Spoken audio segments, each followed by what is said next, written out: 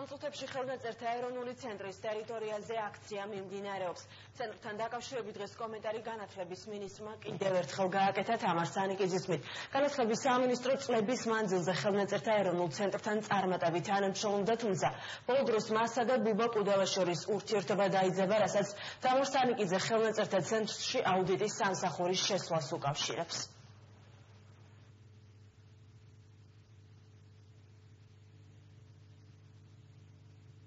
მე სხვა ახსნა ამას ვერ მოუწევნე, იმიტომ რომ სხვა შემთხვევაში ის შრომა, რომელიც ერთად გავწიეთ, ის მადლობები იმ პროექტების მიმართებაში, რომელიც მიძინებული იყო, რომ ყურადღებას არ აქცევდნენ 2012 წლამდე თამამად შემიძლია გითხრათ, რომ არაფერი ამ ცენტრში არ გაკეთებულა.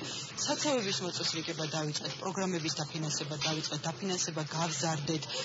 ყველანაირად ხელი შეუწყეთ, მუშაობა დავიწყეთ ახალ ხელნაწერთა და ამის ინიციატორი პირველ რიგში ვიყავი მე, როდესაც ვთქვი, რომ არ შეიძლება რომ ცენტრი ფუნქციონირებდეს ასეთ პირობებში, რომ ამას სჭირდება შესაბამისი შენობა და შესაბამისი ხელშეწყობა.